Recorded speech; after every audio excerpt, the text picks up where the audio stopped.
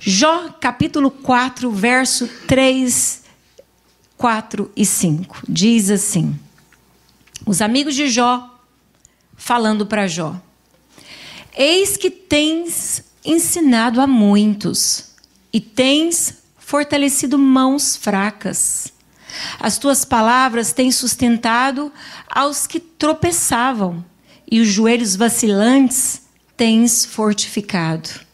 Mas agora, em chegando a tua vez, tu te enfadas, sendo tu atingido, te perturbas.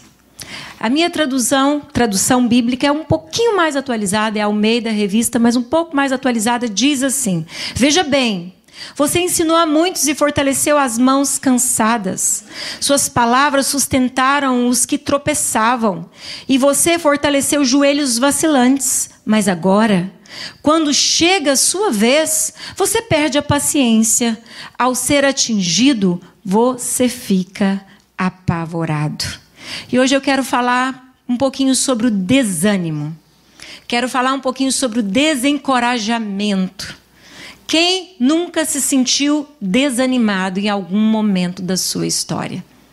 Quem nunca se sentiu desencorajado em algum momento da sua história? Todos nós vivemos momentos onde nós nos sentimos desanimados, desencorajados, abatidos. Quando lemos o capítulo 1 do livro de Jó, nós sabemos que Deus permitiu que Jó vivesse uma prova, uma grande prova. Jó era um homem justo, bom, temente a Deus, diz logo ali no início do capítulo 1. E Jó sacrificava ao Senhor, adorava ao Senhor, servia ao Senhor. Mas chegou um dia que Deus permitiu que o seu filho Jó fosse provado. E Jó foi provado em um nível muito profundo. Ele perdeu todos os seus bens. Ele perdeu os seus filhos, mas ele perdeu também a saúde, o seu vigor físico. E chegou no momento onde ele se viu todo cheio de feridas, de chagas, de dores.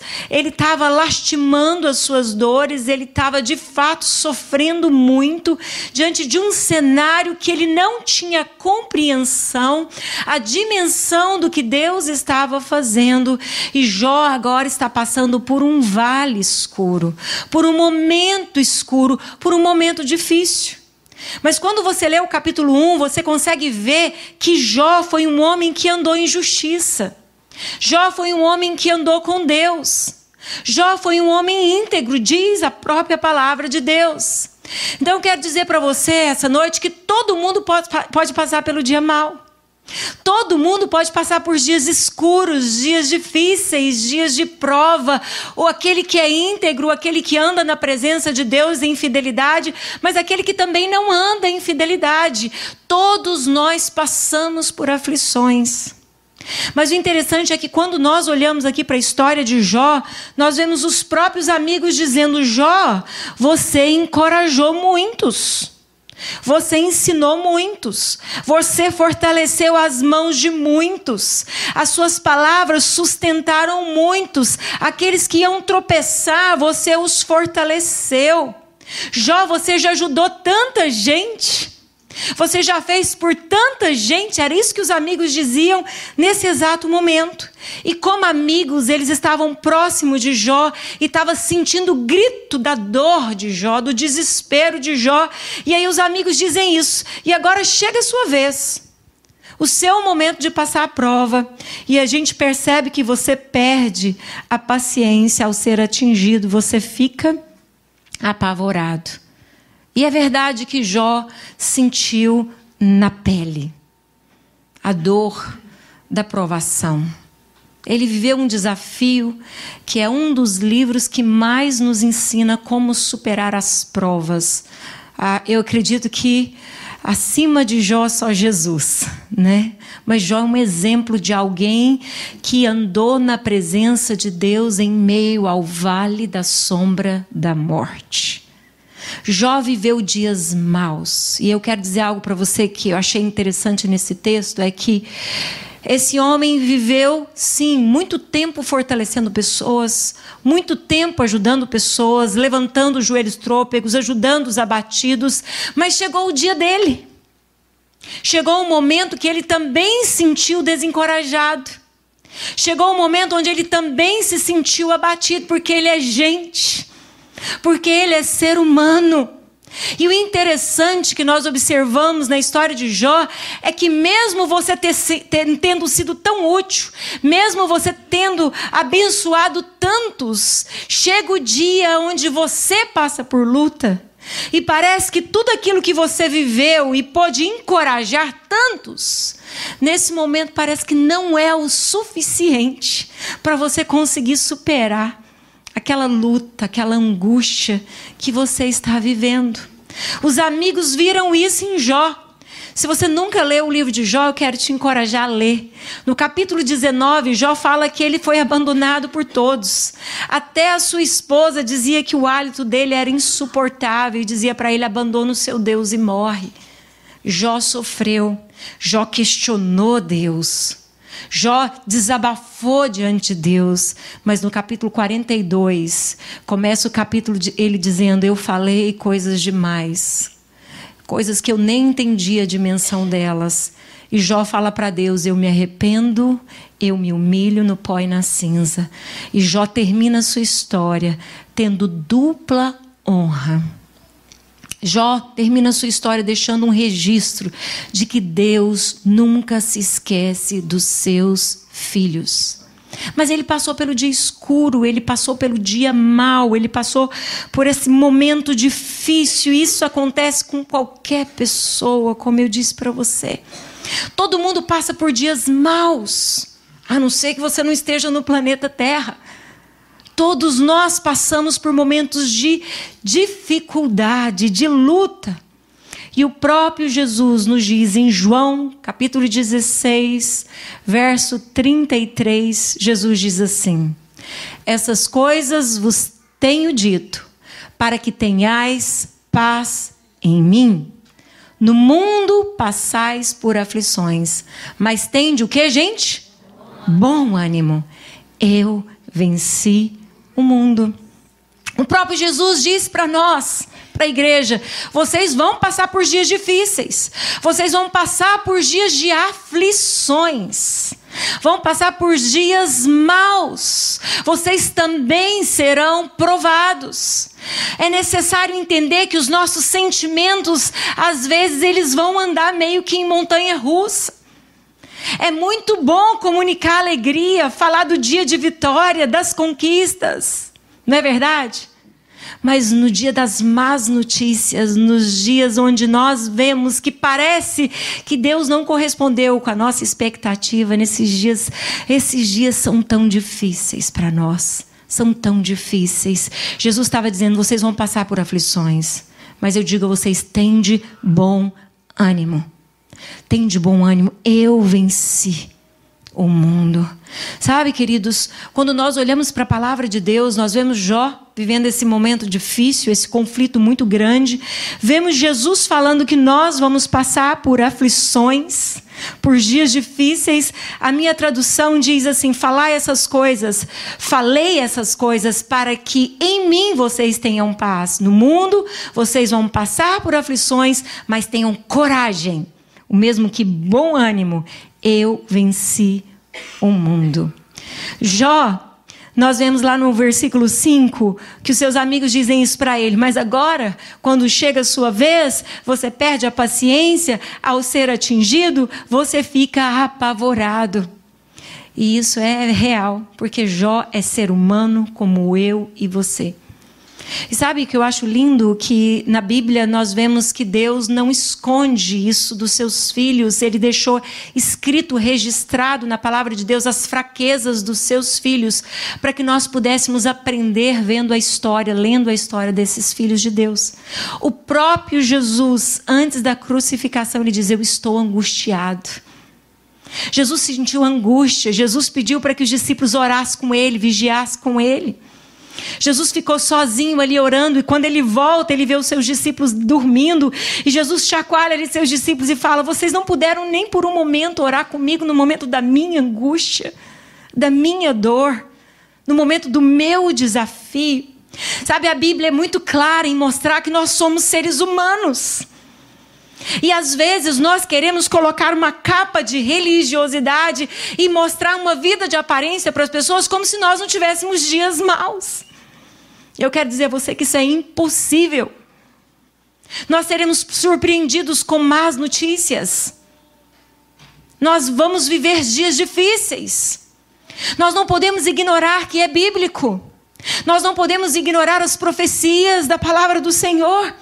Nós lemos Jesus, o próprio Jesus falando das epidemias que viriam, dos terremotos que viriam, das chuvas que nós estamos vendo, das catástrofes. É bíblico. Se a igreja de Cristo Jesus não estiver sendo preparada para encarar a realidade de que virão dias maus, nós não vamos entender a dimensão do cuidado de Deus, que tem uma extensão eterna. Não simplesmente na terra. Tudo isso aqui um dia vai passar. Sabe, queridos, tudo isso um dia vai passar. Um dia nós vamos voltar para Deus. Um dia nós vamos estar diante de Deus. Mas a verdade é que quando passamos pelos dias maus, muitas vezes nós nos esquecemos de que Deus, Ele é o mesmo ontem, Ele é o mesmo hoje e sempre será o mesmo. Ele não muda. E a Bíblia conta a história de um personagem que vai nos trazer uma boa lição hoje à noite. Lá em Tiago, capítulo 5, verso 17, a Bíblia fala de Elias, o grande profeta Elias. Verso 17 diz: Elias era homem semelhante a nós. Eu não sei como você vê isso, mas é como se eu sentisse assim: ufa! Tem gente que parece comigo também. Não é só a Juliana que é fraca. Não é só o meu irmão que é fraco. Elias era um homem semelhante a nós, sujeito aos mesmos sentimentos. E orou com instância para que não chovesse sobre a terra. E por 3 anos e 6 meses não choveu.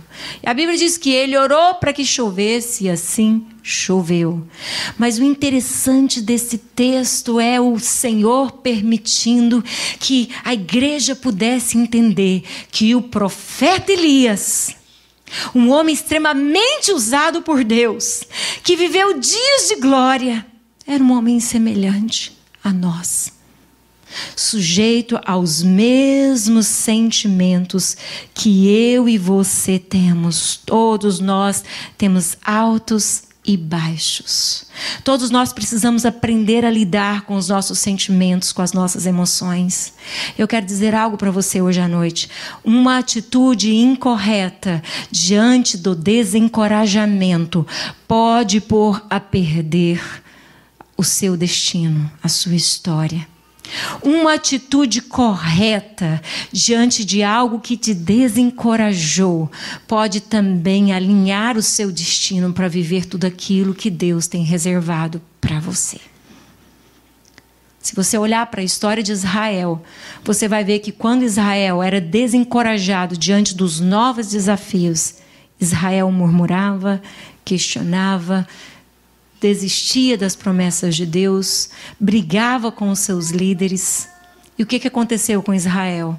Morreram no deserto sem viver as promessas, sem viver o destino que Deus tinha designado para eles. Porque diante do desencorajamento, eles se deixavam ser levados pelos sentimentos, pelas emoções. E nós vemos hoje que Jó passou por um momento escuro, mas Jó terminou a sua história honrando a Deus. E agora eu quero ver com você um pouquinho sobre a história de Elias, para tirarmos algumas lições para a nossa vida. Elias viveu dias bons e dias ruins. 1 Reis, capítulo 19, nós vamos ler a partir do verso 1. Diz assim, vamos ler do 1 ao 18. Preste atenção no texto. Acabe fez saber a Jezabel tudo quanto Elias havia feito e como matara todos os profetas à espada. Então Jezabel mandou um mensageiro a Elias a dizer-lhe: faça-me os deuses como lhe aprouver, se amanhã a esta hora não fizer eu a tua vida como fizestes a cada um deles. Temendo, pois, Elias levantou-se para salvar a sua vida, se foi e chegou a Berseba, que pertence a Judá, e ali deixou quem, gente? O seu moço. Observa, ele mesmo, porém, se foi ao deserto, caminho de um dia, e veio e se assentou debaixo do zimbro, e pediu para si a morte, e disse: basta, toma agora, ó Senhor, a minha alma, pois não sou melhor do que os meus pais. Deitou-se e dormiu debaixo do zimbro, e eis que um anjo tocou e lhe disse: levanta-te e come. Olhou ele e viu, junto à cabeceira, um pão cozido sobre a pedra, em brasas e uma botija de água. Comeu, bebeu e tornou a dormir. Voltou segunda vez o anjo do Senhor, tocou-lhe e lhe disse: levanta-te, come, porque o caminho te será sobremodo longo. Levantou-se, pois, comeu e bebeu. E com a força daquela comida caminhou 40 dias e 40 noites até Horebe, o monte do Senhor. Ali, entrou numa caverna onde passou a noite. E eis que lhe veio a palavra do Senhor e lhe disse: que fazes aqui, Elias? Ele respondeu: tenho sido zeloso pelo Senhor, Deus dos exércitos, porque os filhos de Israel deixaram a sua aliança, derribaram os teus altares e mataram os teus profetas à espada. E eu fiquei só, e procuram tirar minha vida. Disse-lhe Deus: sai, põe-te neste monte perante o Senhor. Eis que passava o Senhor, e um grande e forte vento fendia os montes e despedaçava as penhas diante do Senhor. Porém, o Senhor não estava no vento. Depois do vento, um terremoto, mas o Senhor não estava no terremoto. Depois do terremoto, um fogo, mas o Senhor não estava no fogo. E depois do fogo, um cício tranquilo e suave. Ouvindo Elias, envolveu o rosto com um manto e saindo, pôs-se à entrada da caverna. E eis que lhe veio a voz e lhe disse: que fazes aqui, Elias? Ele respondeu: tenho sido extremo zeloso pelo Senhor, Deus dos exércitos, porque os filhos de Israel deixaram a tua aliança, derribaram os teus altares e mataram os teus profetas à espada, e eu fiquei só, e procuram tirar minha vida. Disse-lhe o Senhor: vai, volta o teu caminho para o deserto de Damasco, e chegando lá, unge a Azael, rei sobre a Síria. A Jeú, filho de Nissi, ungirás reis sobre Israel, e também Eliseu, o filho de Safate, de Abel-Meolá, ungirás profeta em teu lugar. Quem escapar a espada de Israel, Jeú matará. Quem escapar a espada de Jeú, Eliseu matará. Também conservei em Israel 7.000, todos os joelhos, que não se dobraram a Baal, e toda a boca que não o beijou. Nós vemos aqui então Elias, o grande profeta Elias, está em crise. Alguns psicólogos, alguns conselheiros, alguns pastores chegam a dizer que Elias estava em depressão. Não é esse o tema que eu quero abordar hoje à noite. Eu sei que ele estava, com certeza, desencorajado. Elias estava desanimado. Mas quem foi Elias? Um homem que, quando entra a história dele na Bíblia, quando fala a primeira vez de Elias, nós vemos a história dele se revelando como um homem que nasceu para viver a vontade de Deus. Um homem que disse sim para Deus.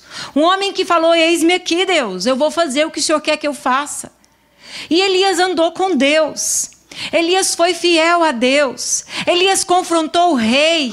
Elias confrontou Israel, que estava cocheando, dividido entre dois senhores, servindo Balaíns, servindo aos deuses daquelas culturas pagãs, misturando a essência daquilo que Deus havia deixado, que era todas as leis e ordenanças que Deus havia dado por intermédio de Moisés.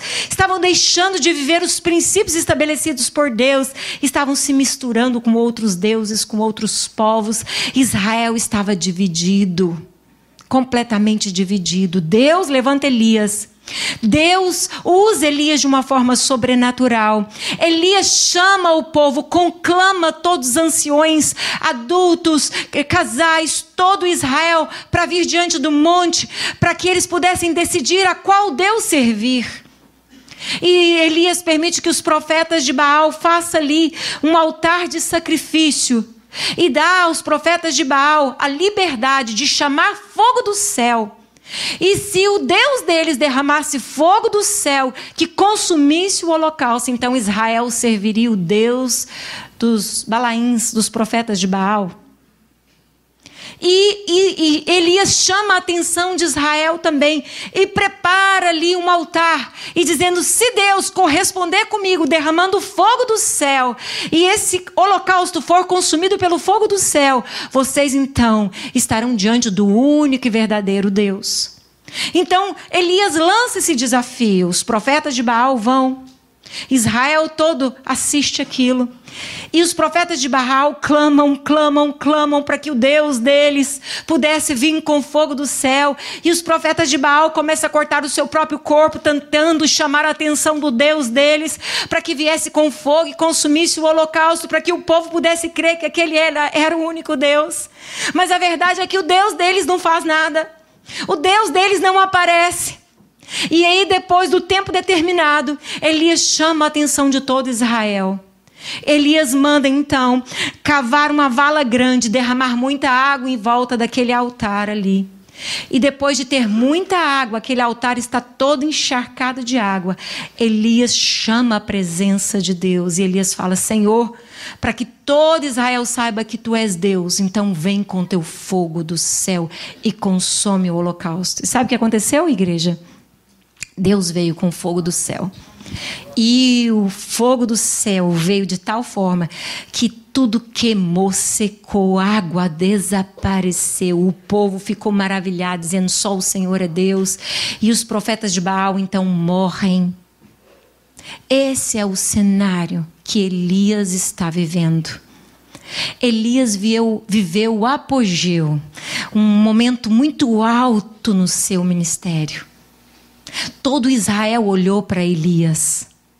Todo mundo viu que Elias era um homem de Deus. Mas o povo de Israel não respondeu à altura das expectativas de Elias. E sabe o que aconteceu? Jezabel, que trouxe toda essa cultura pagã para Israel, fica sabendo que Elias tinha matado os seus profetas de Baal. E Jezabel se levanta e ameaça, dizendo: eu vou agora matar Elias. E é por isso que Elias sai, o capítulo que nós acabamos de ler, vai para o deserto e fica triste, e fica abatido, fica desencorajado e fala: Deus, eu quero morrer. É contraditório quando a gente vê Elias falando: Deus, eu quero morrer. Porque se de fato ele quisesse morrer, era só ficar lá e Jezabel o mataria. É verdade ou não é? Mas ele sai e fala: Deus, eu quero morrer. Deus, do que vale viver? E aí nós lemos o Tiago dizendo: ele era homem sujeito aos mesmos sentimentos que eu e que você, meu irmão. Então eu quero dizer para você que o que decide a sua história não é o apogeu do seu ministério, não é o degrau que você alcançou, não é o reconhecimento que as pessoas te dão, não é os aplausos e os likes que você recebe nas redes sociais, não são as recompensas que as pessoas vão trazer para você. Todo mundo vai passar por dia mal. Quem pode dizer amém ou misericórdia? Misericórdia também, né? Mas a verdade é que todo mundo vai passar por dias de crise, dias difíceis. Elias passou, Jó passou, Juliana também passou e continuará vivendo os dias difíceis. E você também, meu irmão. Mas a verdade é que é nesses dias que nós decidimos a quem vamos servir. Quem é o nosso Deus? Quem nós tememos? A quem serviremos? Esse homem se vê em grande crise. E que crise é essa? Alguns pastores dizem que ele se sentiu frustrado por ver a resposta que Israel dá diante de algo sobrenatural que Deus faz. que Deus fez. Ele ficou decepcionado com o povo, ficou decepcionado com Israel. Na verdade, ele não estava com medo de ameaça de Jezabel. Ele estava decepcionado, triste de ver a resposta do povo. Provérbios 13, verso 12 diz assim: esperança que se adia faz adoecer o coração, mas o desejo cumprido é a árvore da vida. O que aconteceu? Elias está em crise, mesmo tendo vivido essa manifestação tremenda de Deus. Mas o que está acontecendo então? Não foi por conta do insucesso. Na verdade, foi muito sucesso. Deus respondeu à oração dele. Ele orou para que não chovesse, não choveu. Ele orou para que chovesse e choveu. O que aconteceu com Elias? Ele teve essas expectativas erradas. Ou seja, ele esperava algo que não aconteceu do jeito que ele queria. Sabe, o que eu vou falar hoje à noite é muito sério. E é com temor e tremor que eu trago essa palavra para a amada igreja do Senhor Jesus. Muitos de nós temos expectativas erradas. Muitos de nós idealizamos uma maneira de Deus agir através de nós e uma resposta das pessoas ou até do próprio Deus. Nós muitas vezes colocamos os nossos olhos e o nosso coração naquilo que não é de fato o que Deus quer fazer naquele exato momento, daquele exato jeito. Nem sempre Deus vai suprir as nossas expectativas. E se você decidir servir a Deus condicionada à resposta às expectativas dos outros, eu vou dizer a você com todo amor e respeito, você está correndo o risco de naufragar na fé, de abandonar a sua fé. Você vai ter dias bons, altos, mas você vai ter dias escuros e difíceis, onde as suas expectativas não foram correspondidas à altura do que você desejava. E aí? E agora? E agora, irmãos, é que Deus não desistiu de Elias. E agora, irmãos, é que Deus não parou por aí. E agora é que quando eu olho para a palavra de Deus e vejo o momento que Jó viveu, o momento que Elias viveu, eu fico apaixonada por esse Deus. Eu fico maravilhada com esse Pai amoroso que nós temos, que é um Deus que se afeiçoa, que entende nosso lado humano, que entende a nossa fraqueza. É um Deus que se identifica com cada um de nós. Ele conhece a sua essência, Ele conhece a minha essência, Ele sabe como lidar comigo, mas Ele também sabe como lidar contigo. E Ele não desiste de você. Ele não desiste de nós. Ele cuida da igreja. Ele usa tantos meios para cuidar de nós. Sabe, teve um momento na minha vida que eu fui esbofeteada no reino espiritual. Eu estava devastada emocionalmente, eu estava devastada. Ninguém conseguia interpretar a dimensão do buraco que eu sentia dentro de mim. Era muito grande a minha dor, era muito grande a minha angústia. E nesse dia onde tudo era escuro, e eu já não conseguia mais entender o propósito de Deus diante daquele novo desafio que eu estava vivendo. Naquele dia eu disse para Deus: Deus, mesmo sem entender, eu quero te adorar. Mesmo sem entender, eu quero que o Senhor seja glorificado na minha vida. Mas eu te digo no meu coração, dói. Eu te digo no meu coração aqui, eu não estou entendendo. O que o Senhor está fazendo, Pai? Eu vou contar para vocês porque nem todos participaram desse momento meu. Eu estava dentro de um culto chorando. E a canção de fundo era: seguro estou nos braços daquele que nunca me deixou. E eu estava cantando aquilo para Deus, chorando muito. Teu amor perfeito sempre esteve repousando em mim. Aquilo me doía e eu chorava. E se eu passar pelo vale? Queridos, o meu coração estava comunicando com Deus naquela hora. E naquela hora, Deus fez que um pregador direcionasse uma palavra para mim, para que eu entendesse que Deus estava vendo tudo que eu estava vivendo numa dimensão muito mais profunda do que eu mesma conseguia interpretar. Mas se naquele dia eu não tivesse decidido vir para a igreja, e se naquele dia eu não tivesse decidido adorar o Senhor, e se naquele dia eu não tivesse desistido ou não tivesse decidido lutar contra os meus sentimentos que queriam me sucumbir, me destruir, me subjugar, eu teria jogado fora a oportunidade que Deus tinha reservado para mim. O momento específico de Deus falar coisas profundas que norteou o meu destino. Hoje eu tenho clareza disso. Mas eu tive que tomar uma decisão dentro de mim, de ouvir aquilo que Deus queria falar comigo, mesmo sem entender. Sabe, queridos, Elias está vivendo isso. Ele não está entendendo nada nesse momento que ele está vivendo, no capítulo 19. Ele está em dor. E Elias dá alguns passos errados. E esses 3 passos eu quero dizer para você hoje à noite. Porque o ser humano tem essa tendência de assumir algumas posturas perigosas diante dos desafios.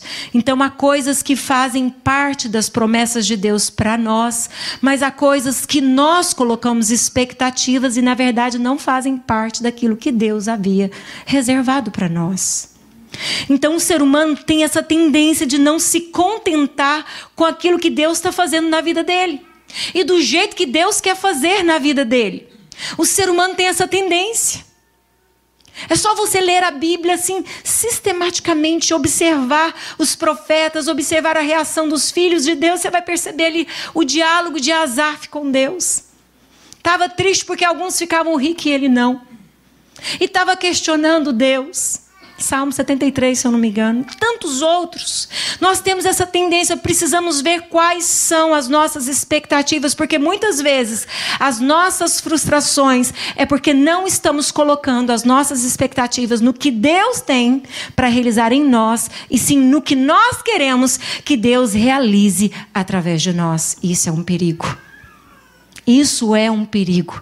Precisamos observar as nossas atitudes para não sermos levados pelos desânimos, pelo desencorajamento. Precisamos observar para onde o meu coração está indo. E olhando para a história de Elias aqui, eu quero deixar 3 dicas para você hoje à noite, tá bom? Para você fazer uma análise do seu coração. Será que eu estou sendo levado pela correnteza do desânimo? Será que eu estou sendo impulsionado pela correnteza do desencorajamento? Ou será que eu estou ouvindo mesmo a voz de Deus que veio atrás de mim para não me deixar perdido nessa nova etapa que eu estou vivendo?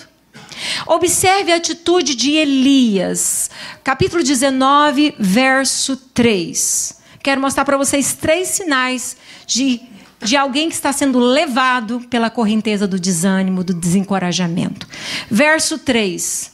Temendo, pois, Elias levantou-se para salvar a sua vida, se foi, e chegou a Berseba, que pertence a Judá, e ali, eu quero que você observe essa última frase, e ali, o que Elias fez? Deixou o seu moço. Elias era um profeta que discipulava profetas. Tinha uma escola de profetas. Ele era o discipulador de Eliseu. E Eliseu recebe porção dobrada. O que acontece com Elias nesse momento onde o desencorajamento veio? Onde o desânimo entrou? O que Elias fez? Um passo errado que ele teve. A atitude precipitada dele. Temendo. Ele teve medo da situação. Ele se levanta e ele deixa aquilo que Deus tinha dado para ele fazer. Eu te chamei para ser um discipulador. Eu te chamei para cuidar de outros. Eu te chamei para ser uma referência. Eu te chamei para que esses profetas que você está ensinando olhem para você. Mas Elias nessa hora deixa tudo. deixa aquele que ele discipulava, aquele que ele ensinava, que ele cuidava, e ele vai para outro perigo. Ele entra para a área do isolamento. Então, primeira observação de um sinal de que você pode estar sendo levado pelo desânimo é deixar de fazer aquilo que você sabe que é o que Deus quer que você faça. A Bíblia fala: maldito é aquele que sabe o que deve fazer e não faz. Elias, nesse momento, deixou que o desencorajamento entrasse e começou a desistir de fazer aquilo que Deus delegou para ele, que Deus confiou a ele. Deixou ali o seu moço, deixou ali aquele que era um companheiro, que estava ali para servir Elias, estava ali para ajudar Elias, sabe? No ministério existe isso, na obra existe isso. Nós não andamos sozinhos. Quando Jesus enviou os discípulos, ele enviou de 2 a 2. Nós precisamos uns dos outros. Nós precisamos estar juntos. Até na vida paterna a gente aprende isso. Pais que abandonam seus filhos não amadurecem. É verdade ou não é? As minhas filhas, a minha filha, a Miriam, teve o primeiro bebê. Eu falo as minhas filhas porque ali é como filha para mim também. Então, as minhas filhas tiveram um bebê, algo que eu fiquei pensando, eu não posso atrapalhar o processo da maternidade delas. Porque elas, sendo mães, elas vão amadurecer na vida. O que eu quero dizer com isso? O que Elias estava fazendo era o que Deus queria que ele fizesse. E era para ele amadurecer e ficar ali cuidando daqueles profetas, ensinando aqueles homens, vivendo o propósito que Deus tinha para ele. Deus não queria que ele fugisse, mas ele fugiu. Ele era um homem semelhante a nós, sujeito aos mesmos sentimentos que eu e você temos. Então, o primeiro sintoma de alguém que pode estar sendo levado pelo desânimo e desencorajamento é abandonar aquilo que Deus colocou você para fazer. Não fique brava comigo, porque essa palavra não é minha. Essa palavra foi para mim, me ensinou, ministrou no meu coração. Mas pode sim ser um sinal de perigo. Porque quando você para cuidar de alguém, você tem mais responsabilidade. Quando você para ensinar alguém, você olha para alguém e vê: essa pessoa precisa de mim. Essa pessoa não sabe o que eu já sei, eu tenho que cuidar dessa pessoa, eu tenho que ensinar essa pessoa. Isso é responsabilidade, isso chama para nós a responsabilidade. Isso nos leva à maturidade, esse é o ano da maturidade. Não pense que você vai amadurecer abrindo mão daquilo que Deus tem para você fazer. É fazendo que se amadurece. Os discípulos tinham que ir lançar redes. Eles tiveram que pregar o evangelho com todas as falhas. Pedro falhou no último momento. E Pedro estava com medo de Jesus. Voltou a pescar, estava desencorajado, medroso, porque ele negou Jesus.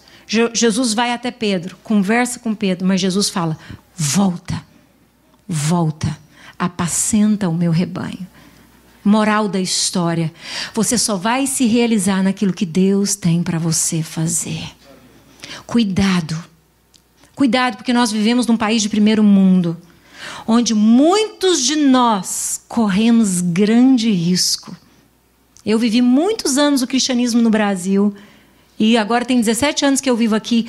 Quem sai para outros países sabe o que eu estou falando. Há uma grande diferença das igrejas nos Estados Unidos com a igreja no Brasil, seja na África, seja em outros países.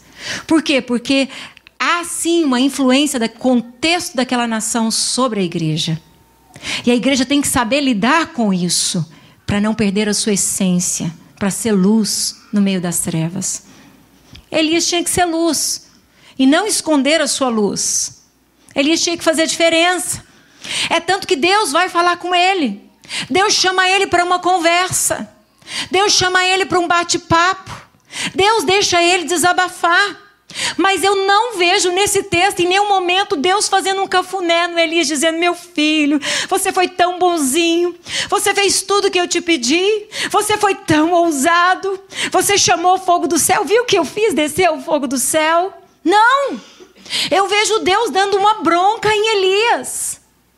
Eu vejo Deus fazendo Elias olhar numa dimensão que ele não estava conseguindo ver. Por quê? Porque Deus queria que ele vivesse a vontade de Deus, que é boa, perfeita e agradável. Então nós vemos esse erro que Elias cometeu. A Bíblia nos diz, em Provérbios 18, verso 1, o solitário busca o seu próprio interesse e insurge contra a verdadeira sabedoria. Então, qual foi o primeiro erro dele, irmãos? Quem pode me dizer? Deixou de fazer aquilo que Deus queria. Qual foi o segundo erro de Elias? Ele entra na caverna. Ele alimenta a solidão. Ele abraça a solidão. E a Bíblia está dizendo que o solitário busca o seu próprio interesse. Insurge contra a verdadeira sabedoria. Não sou eu que digo isso. Ele abraçou a solidão. Se tornou o seu ursinho de pelúcia. Oh, solidão. Só eu fiquei em Israel. Só eu temi a Deus. Ninguém mais. Ah, Deus, só eu estou aqui. E os profetas que ele estava discipulando, ficou tudo lá. E ele lá alimentando um sentimento errado no coração. Verso 9, eu quero ler para vocês, do capítulo 19, diz assim: ali entrou numa caverna, onde passou a noite, e eis que lhe veio a palavra do Senhor, e lhe disse: que fazes aqui, Elias? Verso 10. Ele respondeu: tenho sido zeloso pelo Senhor, Deus dos exércitos, porque os filhos de Israel deixaram a tua aliança, derribaram os teus altares, mataram os teus profetas à espada, e eu fiquei só, e procuram tirar-me a vida. O que aconteceu com Elias? Ele estava na caverna e passa a ter uma visão distorcida. Então ele deixou de fazer o que Deus queria, ele entrou na caverna e começou a alimentar a solidão e, consequentemente, uma visão distorcida. Só eu fiquei, eu tenho sido zeloso, eu que fiz isso. Cuidado, cuidado, porque entrou no coração dele agora o senso de injustiça. Olha a injustiça que cometeram comigo. Eu fiz tudo isso e aquilo. Eu fui fiel ao Senhor. Eu andei na presença de Deus. Um sinal de que eu estou deixando o desencorajamento me roubar a essência daquilo que Deus tem para mim. Porque ainda que os homens e as pessoas não reconheçam, ainda que as pessoas não entendam a dimensão da sua luta, existe um Deus que não é injusto. Não se esquece dos seus. Ele não é homem para mentir. Nenhuma palavra do Senhor cai por terra. Elias agora está fora daquilo que Deus queria que ele fizesse. Ele está dentro da caverna e agora ele está com uma visão distorcida, um senso de injustiça. São sinais de alguém que está perdendo o encorajamento, o ânimo. Quer viver isolado? Não quer se envolver com nada mais? Erraram comigo. E quem é que não vai errar na vida, gente? Já erraram comigo tantas vezes, gente. Vai errar com você também. Mas a sua fé vai basear nos erros e acertos das pessoas? Ou no que Deus fez por você? Não é suficiente o sacrifício de Jesus? Não é suficiente o que Jesus disse: está consumado? Eu morri a sua morte. Eu já levei as suas maldições, as suas vergonhas, o seu castigo. Não é suficiente o que Cristo já fez por você? E tudo que você fez até aqui, você fez para quem? Para homens ou para Ele? Se é para Ele, Ele não se esquece de você. Ele vai te recompensar. Ainda que ninguém veja, ainda que ninguém reconheça. Decida honrar o Senhor. Decida glorificar o Senhor. Igreja, nós precisamos dar as mãos e não empurrar os outros. Igreja é levantar os outros, é encorajar os outros. Isso é ser igreja. Hoje você pode estar no seu dia bom e forte, mas hoje pode ser o dia da fraqueza do seu irmão, o dia da luta do seu irmão. E se no seu dia bom você não puder estender as mãos para levantar aquele que está abatido, o que você está fazendo com a luz que há em ti? O que você está fazendo com o vigor do Espírito Santo que está sobre você? A Bíblia diz: levai as cargas uns dos outros. Sabe, precisamos entender que alguns vão passar por esse momento de desencorajamento, de desânimo. E eles não são menores por causa disso. Eles não são piores por causa disso. Deus não desistiu de Elias. Deus não desistiu de Pedro quando negou Jesus. Deus não desistiu de você por causa dos seus sentimentos, que muitas vezes andam em montanha-russa. Uma hora diz sim, outra hora diz não. Uma hora diz eis-me aqui, outra hora diz Deus, agora não dá. Sabe, Deus não desiste de nós. Mas nós podemos colocar em risco o destino que Ele designou para nós. E olhando para a história desse homem, já terminando a ministração de hoje à noite, eu quero dizer para você, cuidado com esse sentimento. Primeiro, do isolamento, deixar a comunhão das pessoas, deixar de fazer o que Deus queria que você fizesse, abandonando tudo aquilo que Deus tem para você. Não tem jeito de deixar de ser cristão. Cristão é cristão em todo lugar. Pedro tentou negar Jesus dizendo que não era discípulo de Jesus. A criada falou: não, a sua fala te denuncia. Perdeu a chance de ministrar na vida daquela mulher. Perdeu a chance. Cristão é cristão em todo lugar. Tem que viver a sua essência em todo lugar. Tem que olhar para as pessoas e levar o amor de Jesus em todo lugar. Não existe dar férias no seu chamado. Não existe isso. Não tem base bíblica para isso. Ser luz em todo lugar, dar bom testemunho em todo lugar. Isso é cristianismo. Isso é cristianismo. E é isso que a gente vê Deus impulsionando esse homem de novo, porque ele estava deixando o desencorajamento tomar conta e tirar ele daquilo que Deus queria que ele fizesse. Ele deixou seu servo e Deus falou: vai lá e volta. Volta, meu filho. Você vai lá, vai ungir o rei. Você vai lá, vai ungir Eliseu. Você vai lá e vai fazer o que eu tenho para você fazer. E eu quero que você saiba de algo, meu filho. Eu conservei 7.000 que não se dobraram a Baal. Você não é o único. Você está em crise, eu entendo a sua crise. Mas eu quero que você volte para o centro da minha vontade. Porque eu quero que a sua história fique registrada. E as próximas gerações vejam quem é o Deus de Elias. Esse é o seu Deus. Esse é o meu Deus. Que entende a nossa crise. Que entende a nossa fraqueza. Que entende as nossas angústias. Que sabe nos aconselhar de uma forma que nós não entendemos a dimensão que isso tem. Mas Ele usa até um tropeçar para falar conosco às vezes. Até uma batidinha de carro. É verdade ou não é? Até um não. Ele usa circunstâncias para falar conosco. Até um peixinho assando na brasa, Deus usou para falar com Pedro. Deus usa tudo para falar conosco, porque Ele nos ama.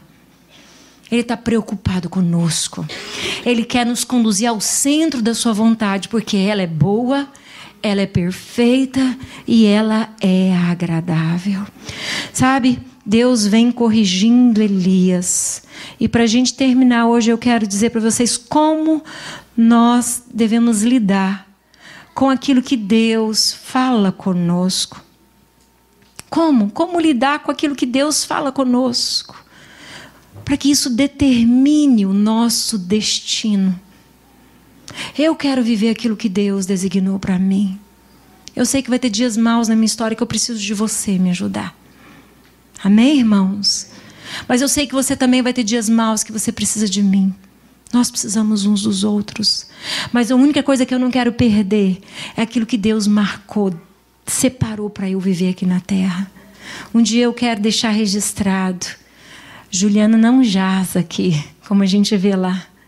Ela viveu, cumpriu o propósito de Deus e ela voltou para o seu Pai. Combateu o bom combate, guardou a fé. Precisamos ter claro. Precisamos lidar com aquilo que Deus está falando conosco para viver aquilo que é o nosso destino, que é o propósito de Deus para nós. Em Jó capítulo 42, Jó dentro do linguajar antigo, cai a ficha. Jó interroga, questiona Deus e Deus bate um papo profundo com Jó. Mas no capítulo 42, verso 1, queria que você abrisse aí rapidinho, só para os irmãos entenderem a oração de Jó. Olha que Jó fala para Deus diante daquela conversa profunda que ele tem com Deus. Essa oração é muito profunda de Jó. Então respondeu Jó ao Senhor: bem sei que tudo podes. Nenhum dos teus planos pode ser frustrado. Ele tinha perdido tudo, ele tinha perdido todos os seus filhos, ele tinha perdido a saúde.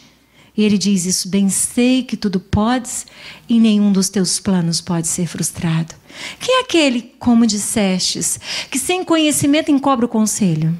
Na verdade, falei do que não entendia, coisas maravilhosas demais para mim, coisas que eu não conhecia. Escuta-me, pois, havia dito, e eu falarei, e eu te perguntarei, e tu me ensinarás. Verso 5, Jó diz: eu te conhecia só de ouvir, mas agora os meus olhos... Verso 6, por isso me abomino, me arrependo no pó e na cinza. Jó desabafa, ouve Deus. Deus fala com seus amigos: vocês não falaram o que é justo como meu servo Jó, vai lá. Vai lá, porque o meu servo Jó vai orar por vocês, para que eu não fira vocês com maldição. E vá, e ainda leva presentes para Jó. Leva riquezas para Jó. E a Bíblia conta, terminando esse capítulo, que Jó, mesmo enfermo, ora por seus amigos, abençoando os seus amigos que o questionavam.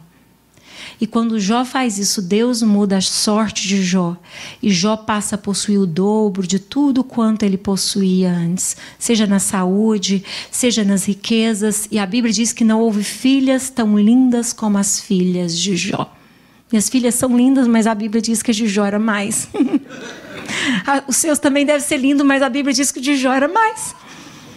Porque Deus sabe recompensar quem para escutar a voz de Deus nos dias maus, nos dias de desencorajamento, nos dias difíceis. Como lidar com isso? Deus manda Elias voltar. E eu quero dizer para você, talvez Deus está te mandando voltar hoje. Saia da sua caverna, saia da área de isolamento, volta. Volta para ouvir aquilo que eu tenho para falar. Volta para viver aquilo que eu tenho para fazer em você, através de você. Volta. Cuidado com esse sentimento de injustiça. Eu não sou a única, você não é o único. Quando nós sofremos, nós achamos que só nós estamos sofrendo aquele nível de dor na terra. Até a gente descobrir que não. Tem milhares de outras pessoas sofrendo até mais do que aquilo que nós estamos vivendo no momento. Só que é necessário voltar e dizer: Deus, me ajuda a te ouvir. Me ajuda a ouvir o que o Senhor quer me falar, do jeito que o Senhor quer me falar.